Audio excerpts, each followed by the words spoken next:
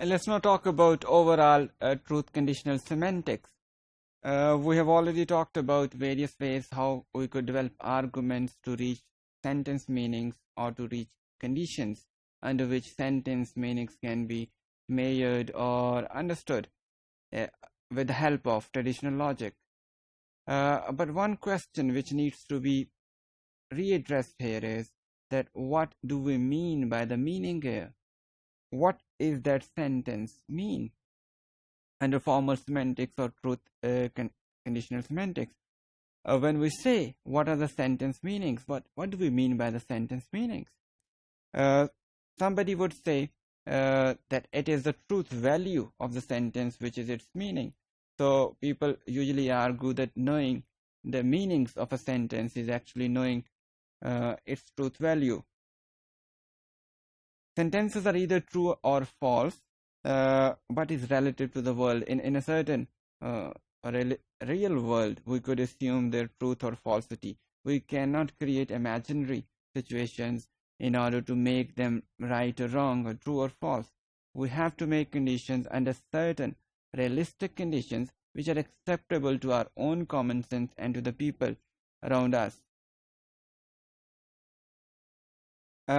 Tarski has defined a true sentence is one which states the state of affairs is so and so. They clearly say that a certain state of affairs is in that way or this way. So it clearly says that only then we reach to the conditions which can help us understand or determine their truth value. For instance, if we say snow is white, if and only if snow is white, I mean, this is a very commonsensical thing. We all know that snow is white, but we have to see that in reality, if snow is actually white, then this sentence is true.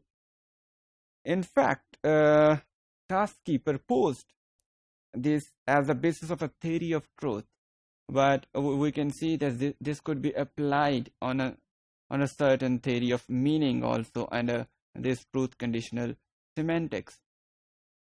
In front of you is a diagram which is based on this truth conditional semantics. It is being represented with the help of traditional logic and its symbols. We can see that there are a number of connectives like and, or, if, then, which can be used to formulate sentences or connect sentences in a logical way. And by connecting them in a logical way, we could develop arguments in order to reach the conclusion, which is obviously the truth value of these sentences in traditional logic. The truth value of a compound formed by using and to join two statements is predictable from the truth of the constituent statements. Those compound sentences which are being connected by the connector and. We all know that and is usually used with the sentences having similar ideas or closer ideas in common sense. We cannot connect to opposite ideas with the connective and. So in such a situation, we can judge the truth value of such sentences with the help of the meanings of its individual parts. For example, we have one sentence, the house is on fire, and the other is the fire brigade are on the way. So this could be connected. The house is on the fire, brigade are on the way. This is a compound sentence which is formulated with the help of connective and. Its truth value can be assessed there. We have one statement which is P, the house is on the fire, then Q, the fire brigade are on the way, and then we have P leading to Q, P and Q. This symbol shows and. If first is true and the second one is true, then P and Q is also true. You can see that. In other words, or in complete statements, we say if the house is on fire, that is correct, which is the first option here. If the fire brigade is also on the way, which is this one, then this statement, the house is on the fire and the fire brigade are on the way, is also correct. You get this? The next option, the next truth condition here is if the first one is true and the second one is false. I mean, the house is on the fire, but fire brigade is not on its way, then P and Q, which is a compound sentence here, is false. Right? If the first one is false and the house is not on the fire, but fire brigade is on the way. Even then, this compound, because now we do not have two similar ideas, we have two different things here, so it is also false. But if both are false, then automatically P and Q are also, neither the house is on fire, not fire brigade is on the way, so this is also incorrect or false. Let's move forward. There are a number of other connectors, for example, if, then, or, which also affect the truth value of sentences. Let's move forward to see the examples of these connectives. I'll go to inclusive or occlusive or, which is either or relationship. In inclusive or, we can see that either of the options can be correct and the statement would still remain correct, or the both of the options in either or situations can be correct simultaneously. For example, and it happens in certain situations, in not all either or situations. A situation like, for example, if I say I will see you today or tomorrow, either today or tomorrow. But if I visit you today as well as tomorrow, do you think this statement would be wrong on any commonsensical parameter? No. I said I'll visit you today or tomorrow, and I visit you on both days. So that doesn't make that fulfill the basic condition of that I at least visited you. If I visit you once, and if I visit you twice, that means I visited you on the days I mentioned. But if you visit either today or tomorrow, if I visit either today or tomorrow, the statements would be true. And if I visit on both days, even then statements would be true. The truth table in front of you is, this is or symbol. If the first one is true, I visited, I will see you today, and the second one is Q is I'll see you tomorrow. If I visited you today, which is the first option, is true, and the second one is also true, then P or Q is also true under this condition.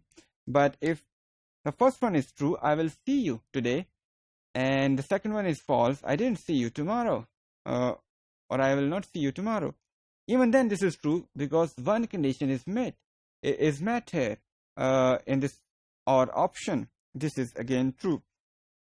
But if the first one is false, I will see you today is false. I didn't visit you today, but I visited you tomorrow, right? This is true, because one of the options is met in this or kind of argument. But if I didn't visit you today, and nor I visit you tomorrow, then this statement would be incorrect, which is here. So this can be incorrect only one situation, when both conditions are not met. In exclusive or, this is commonsensically or based on some social or human norms. It's not possible to fulfill to meet both sides of or. For example, if I say you will pay the fine or you will go to the jail, and you pay the fine, and still somebody or I would like you to go to jail, that would be absolutely unfair, or will not be based on any common sense. So this is not possible in the real world. So we cannot construct such truth condition. All right. So this is exclusive or, and that means only one condition can be only one disjunct of the argument can be correct, and both cannot be correct simultaneously, as it was the case with inclusive or.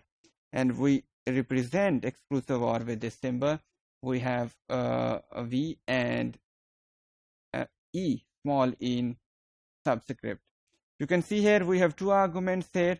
You will pay the fine, P, you will go to the jail, Q, and P or Q is false. If you paid the fine and you went to jail also, then P or Q is false, because both conditions cannot be met, both disjuncts cannot be correct in this situation. If you paid the fine, which is the second one, is true, and didn't go to the jail, it's true. If you didn't pay the fine and went to the jail, even then it is correct. It is true because you met one condition. But if you didn't pay the fine and didn't go to jail, only then it could be it is correct.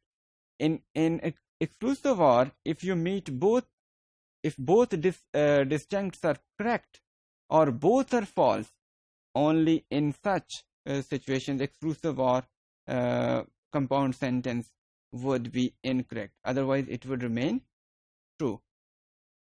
In the next, we have a material implication, which is kind of if-then relationship. The expression P leads to Q is only false. The antecedent, the if clause, is true, and Q, the consequent, is false. For example, we have a sentence, if it rains, then I'll go to the movies. We have P, if it rains, then we have Q, I'll go to the movies, and P leads to Q is a combination of both antecedent and consequent.